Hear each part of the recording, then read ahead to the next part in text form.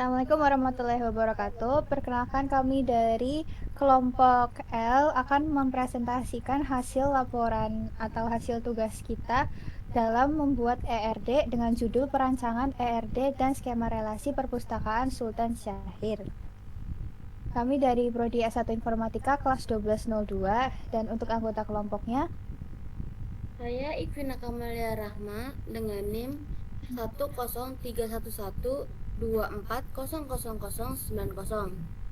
saya Renisa Ashwa Putri dengan NIM 1031124000123. Saya Raffi Maheswara dengan NIM 1031124000135. Oke, jadi kita akan membacakan deskripsi topiknya terlebih dahulu. Perpustakaan Nasional Sultan Syahrir merupakan salah satu perpustakaan digital yang terbesar yang ada di Indonesia. Perpustakaan ini tidak hanya memiliki koleksi buku fisik, tapi juga menyediakan buku digital yang dapat diakses oleh masyarakat umum dari berbagai wilayah. Tujuan utama dari perpustakaan ini adalah untuk memudahkan masyarakat dalam mengakses literatur dan sumber pengetahuan, serta memperkaya koleksi buku yang dapat dipinjam atau dibaca secara digital. Dengan berbagai fitur yang ada, perpustakaan ini memfasilitasi peminjaman buku secara online, memberikan informasi terkait status buku yang dipinjam, serta memberikan sanksi kepada peminjam yang terlambat mengembalikan buku. Sistem ini tidak hanya memudahkan proses peminjaman, tapi juga membantu pengelolaan buku dengan lebih efektif dan efisien. Kemudian kami mempunyai 8 aturan bisnis topik yang akan dibuat sebagai menjadi ERD. Yang pertama, setiap pengguna yang ingin melakukan peminjaman buku wajib memiliki akun. Selain data diri, pengguna mendaftarkan email dan nomor telepon yang valid. Status akun dapat aktif dan nonaktif. Pengguna nonaktif tidak bisa meminjam buku. Pengguna dapat memperbarui alamat, foto profil, dan kontak mereka melalui sistem. Pengguna dikategorikan ke dalam 3 jenis, yaitu pelajar atau mahasiswa, guru atau dosen, dan umum. Setiap buku memiliki ISBN, kategori, penerbit, tahun terbit, jumlah halaman, dan format fisik atau digital. Buku dapat memiliki satu atau lebih pengarang. Buku dikategorikan dalam hierarki kategori, misalnya sains itu merupakan punya hierarki yaitu fisika, mekanika, dan lainnya. Status buku dapat berupa tersedia, dipinjam, atau rusak.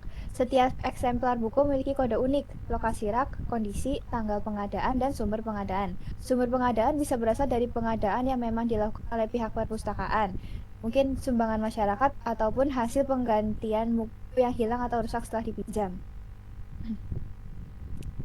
Buku disimpan dalam rak yang berada dalam lokasi perpustakaan tertentu. Setiap rak memiliki kapasitas maksimum untuk menyimpan eksemplar buku. Rak dikelompokkan berdasarkan kategori buku yang disimpan. Buku digital hanya dapat diakses melalui aplikasi perpustakaan dengan batas waktu beda. Setiap lokasi perpustakaan memiliki jam operasional dan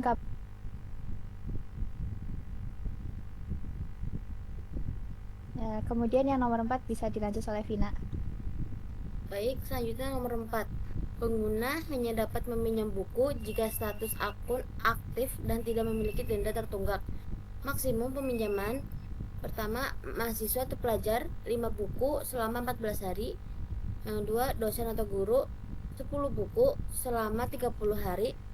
Dan yang ketiga, umum 3 buku selama 7 hari. Peminjaman dapat dilakukan melalui reservasi online atau langsung di perpustakaan. Buku yang dipinjam akan memiliki status dipinjam hingga dikembalikan. Pengguna dapat memperpanjang peminjaman maksimal 1 kali selama masih dalam periode peminjaman dengan durasi sesuai aturan maksimum peminjaman buku. Maksimum peminjaman buku yang telah dipesan pengguna lain tidak dapat diperpanjang. Yang kelima, pengguna wajib mengembalikan buku sebelum tanggal harus kembali. Buku yang dikembalikan diperiksa kondisinya dan dicatat dalam sistem. Denda keterlambatan berlaku sebagai berikut: 2.000 per hari per buku untuk mahasiswa atau pelajar, 5.000 per hari per buku untuk dosen atau guru dan umum.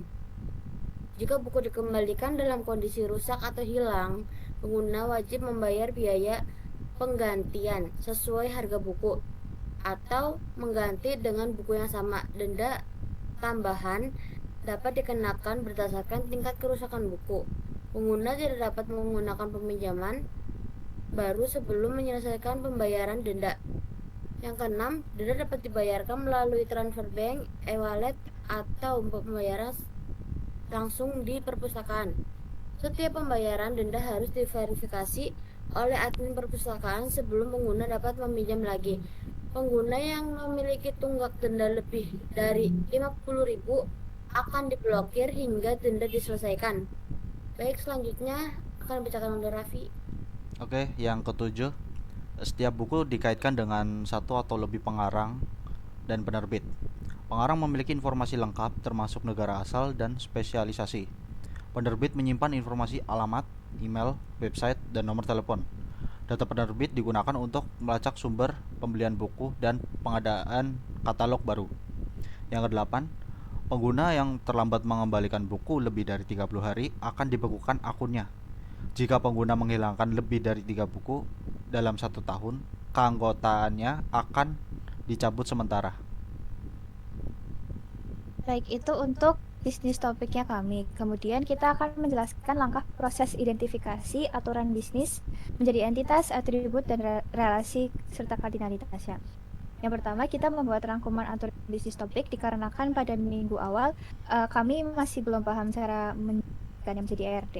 Jadi kami membuat hubungan-hubungannya lewat papan tulisannya seperti ini. Kemudian kami buat rangkumannya, bisa dilihat di laporannya nanti. Itu sebenarnya cuma poin-poin yang diambil dari bisnis topik yang sudah dibacakan tadi. Kemudian kami akhirnya membuat ERD tersebut. Di sini kita menggambarkan entitas-entitas yang ada di sistem, menghubungkan antara entitas tersebut serta atribut yang dimiliki setiap entitas. Jadi kita bakal ngejelasin satu-satu, dimulai dari bagian akun ke. Nah, di sini saya disclaimer, ini bukan hasil akhir dari ERD yang seharusnya, ini masih belum dinormalisasikan. Nanti kami akan menjelaskan hasil normalisasinya juga. Yang pertama, akun akan terhubung dengan pengguna. Jadi setiap pengguna memiliki akun, dan setiap pengguna hanya memiliki satu akun, dan satu akun hanya dimiliki oleh satu pengguna. Akun ini memiliki ID akun, email, dan status. ID akun ini sebagai primary key. Pengguna memiliki ID pengguna, email, alamat, foto profil, nomor telepon, dan jenis pengguna. Kemudian pengguna ini melakukan sebuah peminjaman. Setiap pengguna itu bisa minimal menggunakan melakukan satu peminjaman dan bisa lebih dari satu. Dan peminjaman ini juga bisa dilakukan oleh minimal satu pengguna dan bisa lebih dari satu pengguna. Peminjaman ini memiliki ID peminjaman sebagai primary key, tanggal pinjam, tanggal harus kembali, metode peminjaman, sama perpanjangan. Kemudian peminjaman ini juga dikembalikan dengan bagian pengembalian. Jadi setiap peminjaman satu buku pasti ada pengembalian satu. Jadi tidak mungkin lebih dari satu. Pengembalian ini memiliki ID pengembalian, ID peminjaman, tanggal kembali, dan kondisi buku. Kemudian untuk sisanya akan dijelaskan oleh Vina. Baik, selanjutnya, entitas pengembalian memiliki beberapa atribut, yaitu ID pengembalian, ID peminjaman, tanggal kembali, kondisi buku. Hubungan relasi antara pengembalian dengan denda. Pengembalian bisa tidak sama sekali atau lebih dari satu memiliki denda, dan denda sebaliknya. Hubungan terus entitas denda memiliki beberapa atribut, ID denda, jumlah, status denda. Denda memiliki hubungan relasi dengan pengguna. Setiap pengguna bisa memiliki lebih dari satu denda. Terus hubungan relasi denda dengan pembayaran denda itu sama kayak pengembalian dengan denda. Pembayaran denda memiliki beberapa atribut, ID pembayaran, ID denda, jumlah pembayaran, metode tanggal bayar, dan terverifikasi. Selanjutnya akan dibacakan oleh Raffi. Oke, baik, saya akan lanjut di eksemplar buku. Di sini ada eksemplar buku memiliki hubungan relasi 3 dengan entitas lainnya, yaitu dengan peminjaman, rak, dan buku. Yang pertama, eksemplar buku memiliki hubungan relasi dengan peminjaman yaitu satu satu atau tidak sama sekali atau lebih dari satu.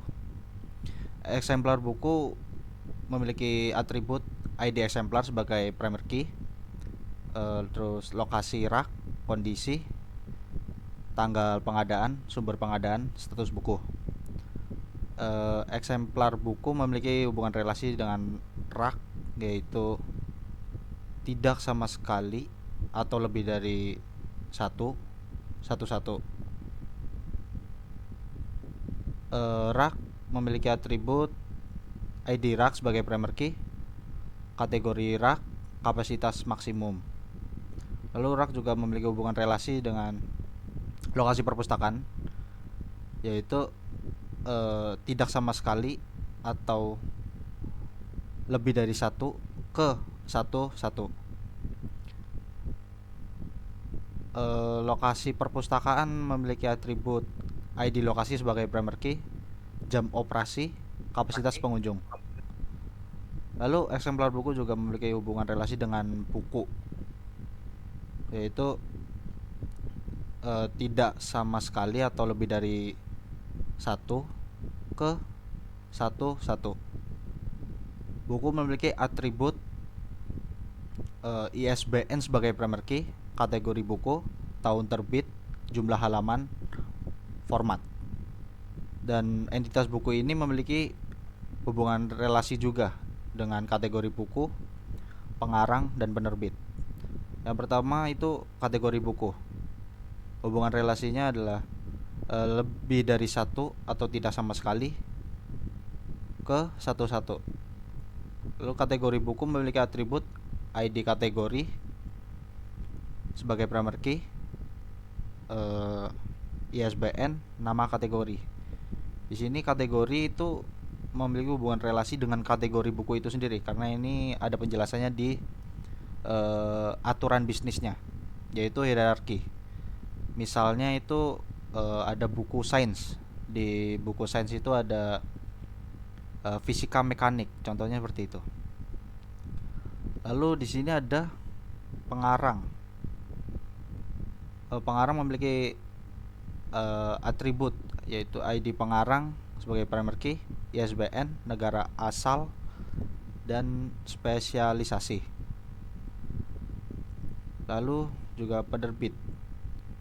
Penerbit memiliki atribut ID penerbit sebagai primary key, ISBN, alamat, email, website, dan nomor telepon. Hubungan relasinya dengan buku yaitu satu ke buku. Udah. Dah. Itu saja untuk entity relationship diagram kami. Kemudian kita akan melanjutkan ke mentransaksikan ERD menjadi skema relasi. Oke. Kemudian setelah membuat ERD, kita akan membuat relational diagramnya. Di sini kita akan memfokuskan hubungan antar tabel dan juga lebih memudahkan. Jadi kita membuat relational diagram ini untuk memudahkan dalam memasukkannya ke dalam database yang asli atau yang kayak decoding di SQL, MySQL, dan sebagainya macam. Dan di sini tuh kita akan membahas foreign key, primary key, karena pasti hubungannya akan didasarkan oleh 2 poin utama itu.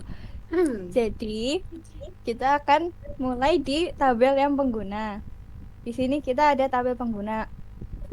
Tabel pengguna ini dihubungkan ke akun pelajar mahasiswa, guru dosen, umum, peminjaman, sama denda. Nah, di sini mereka memiliki hubungan, misalkan pengguna sama akun. Karena akun memiliki ID akun sebagai primary key, maka pengguna memiliki ID akun sebagai foreign key. Di sini dia juga memiliki jenis pengguna, yaitu pelajar mahasiswa, guru dosen, dan umum. Dari itu dibuatlah hubungan antara ketiga itu. Jadi ada pelajar mahasiswa dengan primary key NIM, guru dosen dengan primary key NIP, umum dengan primary key nomor KTP. Di sini juga ada denda. Karena denda memiliki primary key ID denda, maka pengguna memiliki foreign key ID denda. Peminjaman juga. Tapi saya disclaimer di bagian sini tuh masih relational diagram yang masih salah. Kita belum normalisasikan dan juga belum cek integer, string dan sebagainya macam yang benar. Jadi ini masih tahap pembuatan gitu. Kemudian di peminjaman kita juga punya ID peminjaman sebagai primary key dan ID pengembalian sebagai foreign key karena peminjaman ini terhubung dengan pengembalian yang memiliki primary key ID pengembalian. Kemudian selanjutnya akan dijelaskan oleh Vina.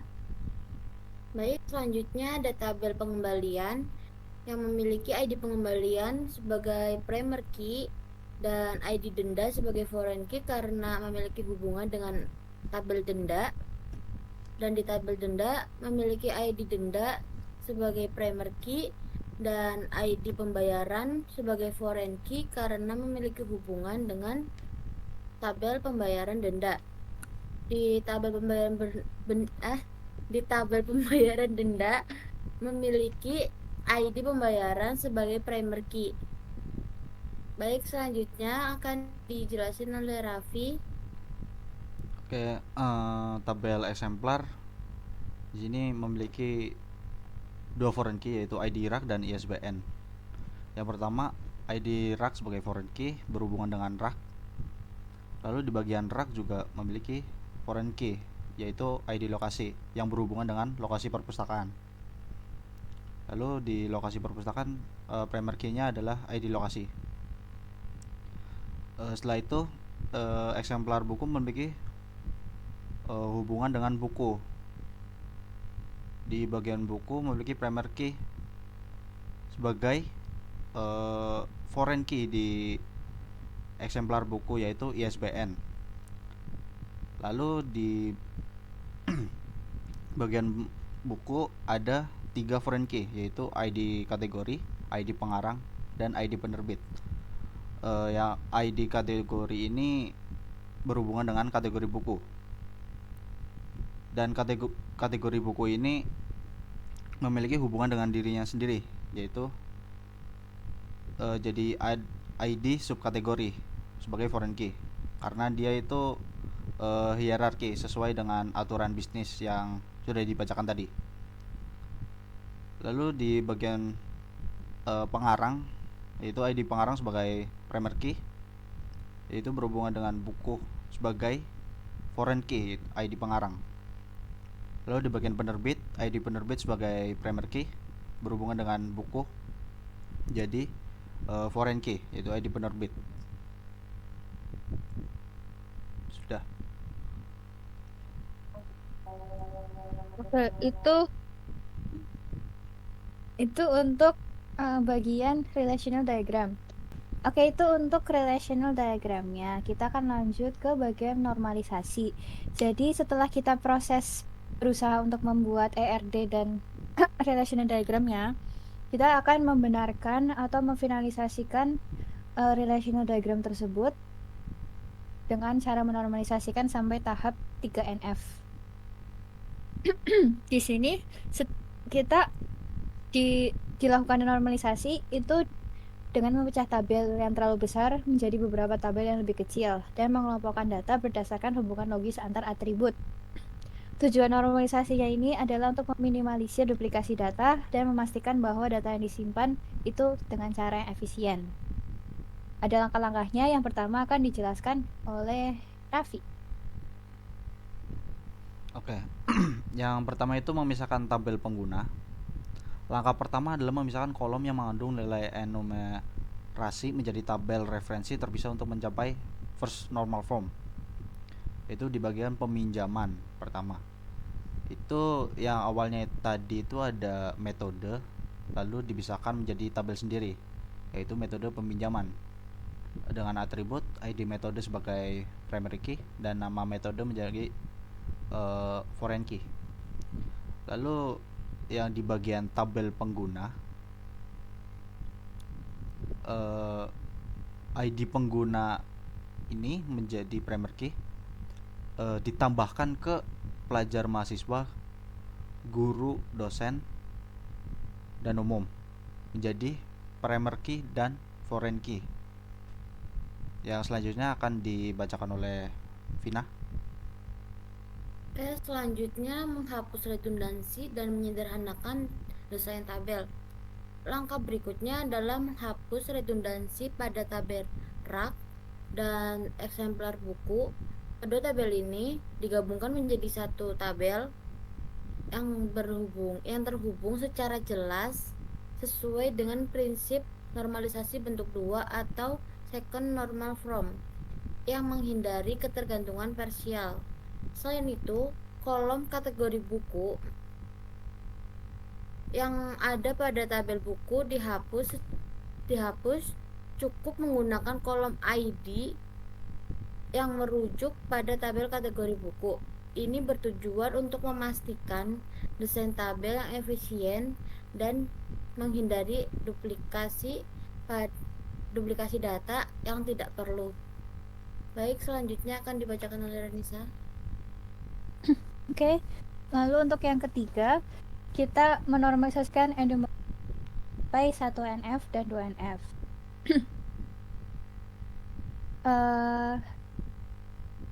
Jadi kita di sini itu memastikan kolomnya itu tidak mengandung nilai yang beragam dan multivalued, serta memisahkan nilai yang perlu dinormalisasi. Jadi tabel referensi itu mendukung tercapainya 1 NF dan 2 NF serta menghindari ketergangguan parsial pada tabel lainnya. Di sini itu lebih ke arah secara seluruh diagram kita tuh memastikan kalau tuh nggak ada redundansi sampai kedua NF. Kemudian yang terakhir memperbaiki relasi subclass untuk mencapai 3 NF dan 5 NF. Pada langkah terakhir, relasi antara subclass pelajar mahasiswa, guru dosen dan umum diperbaiki dengan pola inheritance yang lebih jelas yang tadi sudah dijelaskan oleh Raffi. Tabel pengguna menghubungkan entitas ini menggunakan foreign key dan menghindari transitive dependency dan memastikan bahwa hubungan antar tabel dapat dilakukan dengan lossless join tanpa kehilangan informasi yang merupakan syarat utama untuk mencapai 3 NF dan 5 NF gitu. Jadi daripada digabung atau kayak ketika di delete jadi lebih kayak semisal sebelumnya di rational diagramnya tidak seperti ini, maka bakal terjadi intransitive dependencies. Bisa aja terjadi error atau kehilangan data ketika update atau delete data di MySQL atau data yang sebenarnya gitu. Nah, setelah melalui langkah-langkah normalisasi yang sudah dijelaskan tadi oleh kita bertiga, diagram ini sudah mencapai 5 NF dan dipastikan sudah mencapai 3 NF. Proses normalisasi dimulai dari 1 NF untuk memastikan atomicity dan terhindar dari nilai yang tidak terstruktur. Terus dilanjutkan dengan penghapusan ketergantungan parsial atau syarat dari 2 NF dan transitif syarat dari 3 NF serta perbaikan desain yang lebih efektif untuk menghindari redundansi data. Akhirnya seluruh tabel sudah diorganisasi dengan baik. Udah nggak ada anomali lagi sama basis datanya sudah lebih efisien. Nah, karena kita relational diagramnya sudah jadi, kita balik mengedit atau mengupdate ERD yang sebelumnya telah dibuat. Di sini adalah ERD yang sudah fix atau sudah pasti. Di sini kita bisa lihat bagian pengguna sama akunnya sama seperti ERD yang sebelumnya. Peminjaman juga, tapi di bagian metode peminjaman sudah ditambahkan dengan relasi metode peminjaman hanya memiliki satu saja. Jadi peminjamannya bisa banyak, tapi tiap peminjaman tuh cuman ada satu metode peminjaman. Kemudian di sini juga sudah diedit, bagian rak sudah hilang dan sudah dimasukkan ke bagian eksemplar buku dan sebagainya macam. Di sini finalisasinya, kemudian untuk memastikan bahwa ERD kami sudah benar, kita menyesuaikan entity relationship diagram ini kita memastikan functional dependency dari relational diagram yang sudah dinormalisasi. Ini saya contohkan di bagian akun.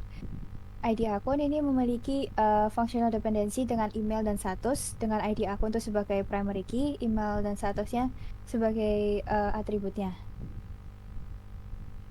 Ini juga yang lainnya, eksemplar buku, ID eksemplar sebagai primary, ID lokasi dan ISBN sebagai foreign key. dan lain-lainnya. Kemudian terakhir kita membuat data dummy untuk menyesuaikan keberadaan hubungan antara aturan bisnis ERD, dan relational diagram. Ini data dummy yang sudah kita buat. Ini bisa dicek di laporan atau bahkan di link ERD kalau kita tuh sudah berusaha untuk memasukkan contoh data-data sesuai dengan relationship diagram yang kita buat tadi gitu. Ini tiap gitu, kita manual masukinnya kayak. Itu sekian dari kelompok kami. Kurang lebihnya mohon maaf. Terima kasih banyak sudah menonton. Oke, wassalamualaikum warahmatullahi wabarakatuh. Dadah. Gitu, Kak.